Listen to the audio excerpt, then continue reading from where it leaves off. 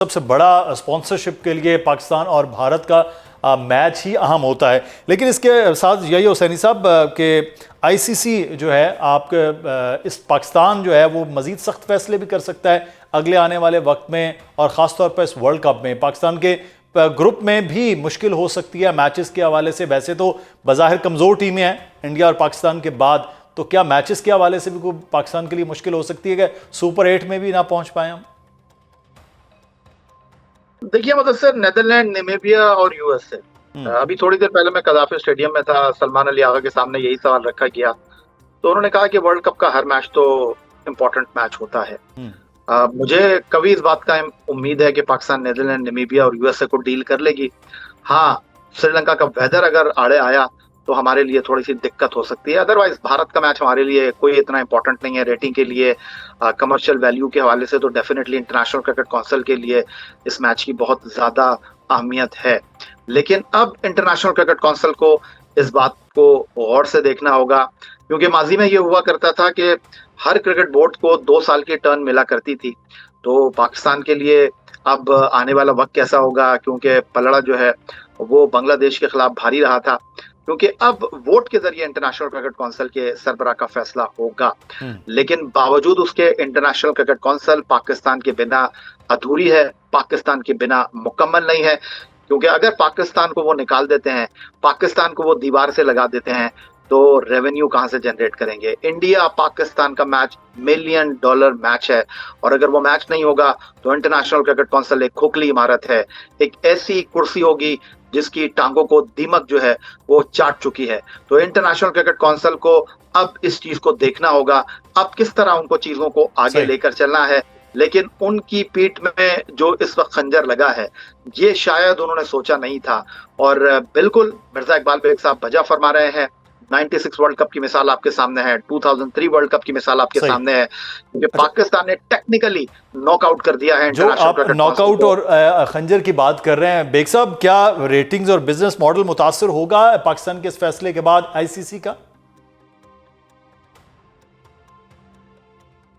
या सही कह रहे हैं कि अरबों डॉलर्स का तो नुकसान होगा ना, मतलब करोड़ों डॉलर्स का स्पॉन्सर्स के आने से। और स्पॉन्सर जो और ब्रॉडकास्टर्स वो सब भारतीय हैं, तो भारत में तो सफे मातम बिछी हुई होगी पाकिस्तान के इस फैसले से। और बड़ा टेक्निकली पाकिस्तान ने, अगर पाकिस्तान बॉयकॉट करता तो फिर पाकिस्तान को हर साल आईसीसी 34.5 मिलियन डॉलर्स देता है फंडिंग के तौर पर। अगर पाकिस्तान नहीं जाता वो फंडिंग भी रुक सकती थी। फिर आईसीसी चक्कर चलाती कि जो गैर मुल्की प्लेयर्स हैं उनको पीएसएल में ना आने दिया जाए, पाकिस्तान के जो बचे कुछ प्लेयर हैं जो बाहर जाकर लीग्स खेलते हैं उनको ना लिया जाए। तो बहुत सारे असरात मुरत्तब हो सकते थे। लेकिन अब इस फैसले से आप यकीन करें कि बड़ी हलचल मची होगी। जय शाह वहां दुबई में जो आईसीसी का हेडक्वार्टर है उसमें मौजूद है कि पाकिस्तान के मैचेस आसान है, लेकिन अगर T20 वर्ल्ड कप सेट किया था, पाकिस्तान को सुपर ओवर में हराया था, तो उस सूरत में क्या होगा? और भारत का चाल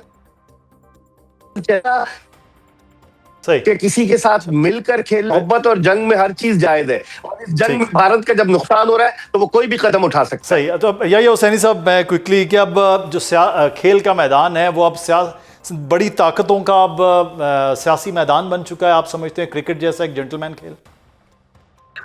देखिए मुदस्सिर इकबाल, किसी शायर ने खूब कहा है कि वफा करोगे वफा करेंगे, जफा करोगे जफा करेंगे, हम आदमी हैं तुम्हारे जैसे, जो तुम करोगे वो हम करेंगे। भारत को शायद अंदाजा नहीं था कि पाकिस्तान पलट कर वार कर सकता है। पिछले साल जो कुछ जंग में हमने उनके साथ किया, अभी शायद मेरा ख्याल है वो खुशफहमी से बाहर आए नहीं हैं। अभी तक वो ख्वाब खरगोश के मजे ले रहे हैं। आई थिंक मेरा ख्याल है कि 2025 में एक जख्म हमने उनको दिया था और 2026 में शुरुआत में ही हमने उनको डेंट दे दिया है।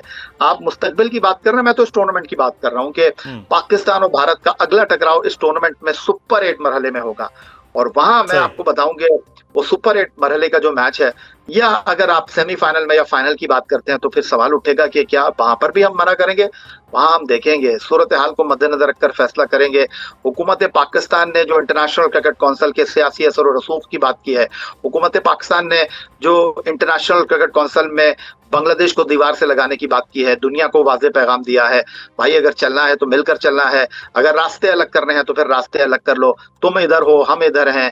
ये मेरा ख्याल है कि पहला जवाब है भारत के लिए। याह्या हुसैनी साहब, पाकिस्तान क्या अब भारत के खिलाफ मैच नहीं खेल रहा, तो भारत को वैसे तो ये एक नुकसान जो आईसीसी के नुकसान के ख़ास तौर पर अहम मामला है, लेकिन जिस तरह क्रिकेट को सियासत की नज़र किया जा रहा है मुसलसल, भारत बीसीसीआई और आईसीसीआई के साथ मिलके, अब उसके बाद कोई तब्दीली भी नज़र आएगी इतने बड़े फैसला जो पाकिस्तान ने लिया है? सबसे पहले तो मुदस्सर आपका बहुत शुक्रिया। और जहाँ तक आपने बात की, देखें फैसलों के असरात यक जुम्बिश कलम तो आपको नज़र आते हैं, लेकिन फैसलों की आवाज़ बहुत दूर तक जाती है, बहुत दूर तक उसकी गूंज सुनाई देती है।